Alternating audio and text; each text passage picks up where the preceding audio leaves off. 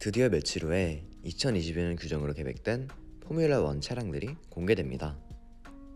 이번 규정은 크게 에어로, 지출 예산 제한 제도, 타이어 변화 등이 있지만 이를 총 3파트로 나누어 다루도록 하겠습니다. 이번 영상은 가장 파격적인 변화인 에어로 규정에 대해서 알아보도록 하겠습니다. 일단 2021년 차량과 2022년 차량의 사진을 한번 봅시다.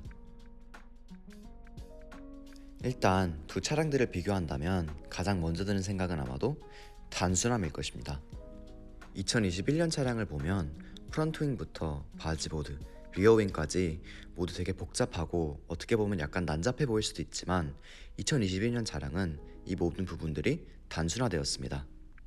이 변화를 설명하자면 먼저 F1이 이번 기술 규정을 통해 이루고자 하는 목표를 인식해야 합니다. 2000년대 초반부터 대폭 컴퓨터 기술이 발전하면서 에어로 시뮬레이션 기술 또한 함께 발전해 나갔습니다.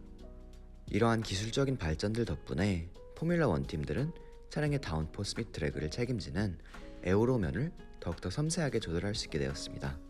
여기서 문제가 되는 점은 바로 에어로를 시뮬레이션을 통해서 개발할 때는 항상 차량의 클린 에어, 즉 차량 앞에 난기류가 없다는 과정으로 제작하는데 여기서 문제가 생깁니다. 현대 F1 차량들은 섬세한 에어로 구조 때문에 조금의 더티어가 있다고 해도 차량의 에어로가 생성할 수 있는 다운포스의 양이 대폭 줄어듭니다. 그리고 그립을 도우는 다운포스가 줄어들면서 추월하려고 하는 차량보다 어쩔 수 없이 느려지면서 추월이 힘들어지는 것입니다.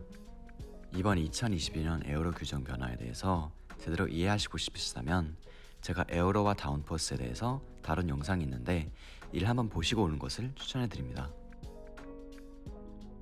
섬세해진 에어로뿐만 아니라 2010년대부터 의도치 않은 기술 규정들 덕분에 차량들이 뒤로 배출하는 더티에어 또한 증가하면서 오버테이킹이 너무나도 힘들어졌습니다. 이로 인해 2022년 기술 규정 변화의 핵심적인 목표는 차량들이 더욱더 가깝게 레이싱할 수 있도록 하려고 하는 것인데요. 이는 오버테이킹 자체를 더욱더 쉽게 만들자가 아닌 두 차량이 오버테이킹 할 수 있는 거리에 도달하는 과정을 덜 힘들게 만들자는 것입니다.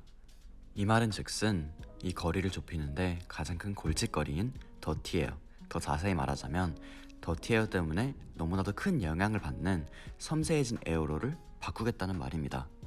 그리고 포뮬러 1은 어떻게 보면 더욱더 단순한 에어로를 통해서 이를 이루겠다는 방침입니다.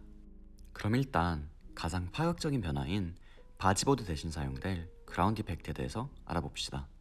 포뮬러 1이 바지보드에서 그라운드 이펙트로 바꾸는 이유는 어떻게 보면 단순합니다.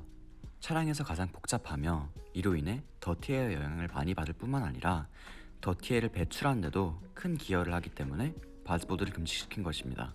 그라운드 이펙트 같은 경우에는 어떻게 보면 다운포스를 바지보드보다 더 효과적으로 생성하고 더티에어의 영향을 덜 받기 때문에 바지보드를 대체하는 것입니다.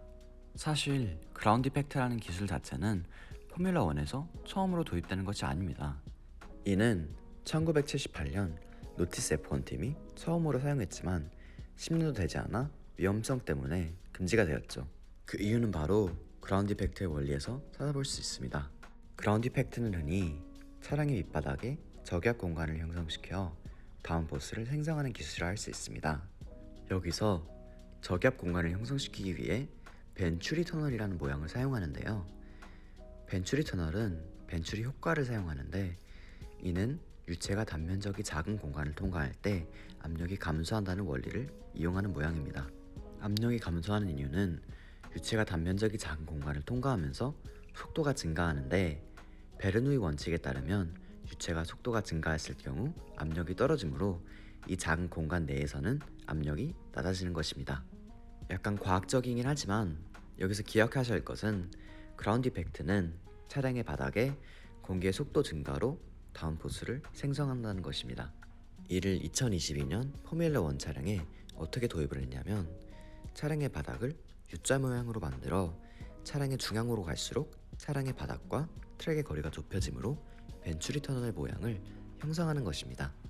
그리고 저기압 공간을 유지하기 위해서 차량 바닥 옆에 가림막 같은 역할을 해주는 옆 판들이 있습니다.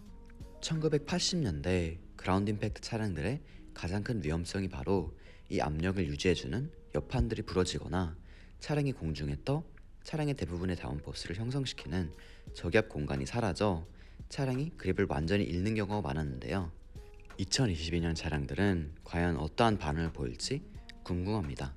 그나마 옆판들이 완전히 트랙과 붙어있지 않아 조금 덜 불안정할 것 같지만 그럼에도 불구하고 위험성으로 보입니다.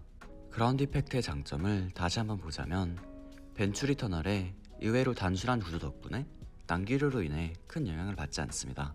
또한 차량을 통과하는 공기 흐름이 거의 다 차량 밑바닥을 통해서 배출되기 때문에 디퓨저를 사용해 차량에서 나오는 난기류를 조금 더 높게 배출시켜 뒷차량에 끼치는 영향 또한 감소시킬 수 있습니다.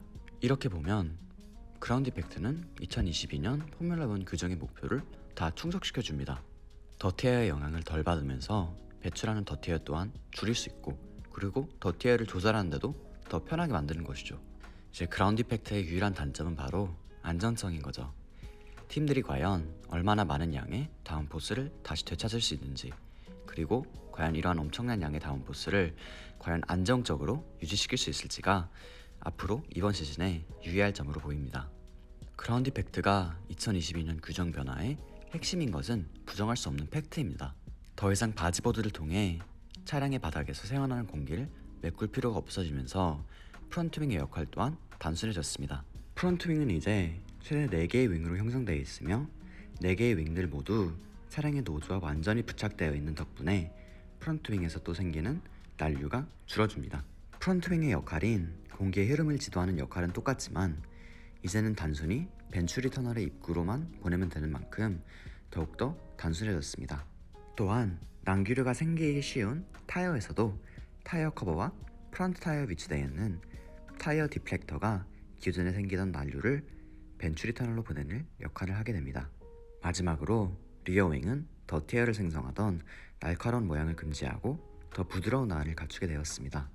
날카로운 모양의 윙이 더욱더 많은 양의 다운포스를 생성하긴 했지만 2022년의 목표 자체가 더티에어를 줄이는 것인 만큼 어쩔 수 없는 변화입니다.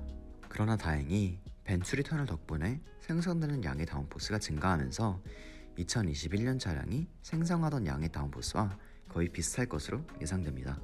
이제 물론 포뮬러 1 그룹의 계획대로만 팀들이 차량을 제작한다면 2022년에는 더티에어에 덜 취약한 차량들이 나올 텐데 이미 몇몇 팬들은 기존 차량들처럼 더티에어에 취약할 것이라는 주장을 하고 있습니다.